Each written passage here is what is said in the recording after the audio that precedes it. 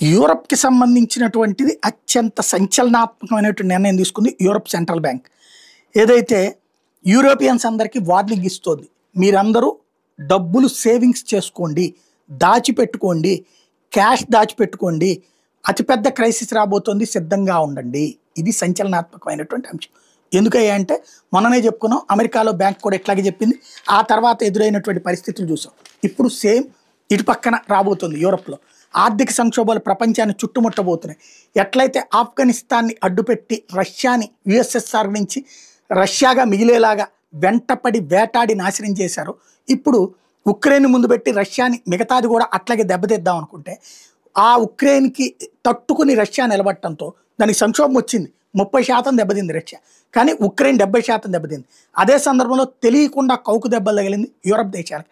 Europe దేశాల దగ్గర డబ్బులు అయిపోతున్నాయి, ఆయుధాలు అయిపోతున్నాయి. ఇంకో పక్కన అక్కడ వ్యాపారాలు తగ్గిపోతున్నాయి. ఆర్టిఫిషియల్ ఇంటెలిజెన్స్ ఎఫెక్ట్ వస్తుంది, ఉద్యోగోపాధి అవకాశాలు కరువు అయిపోతున్నాయి.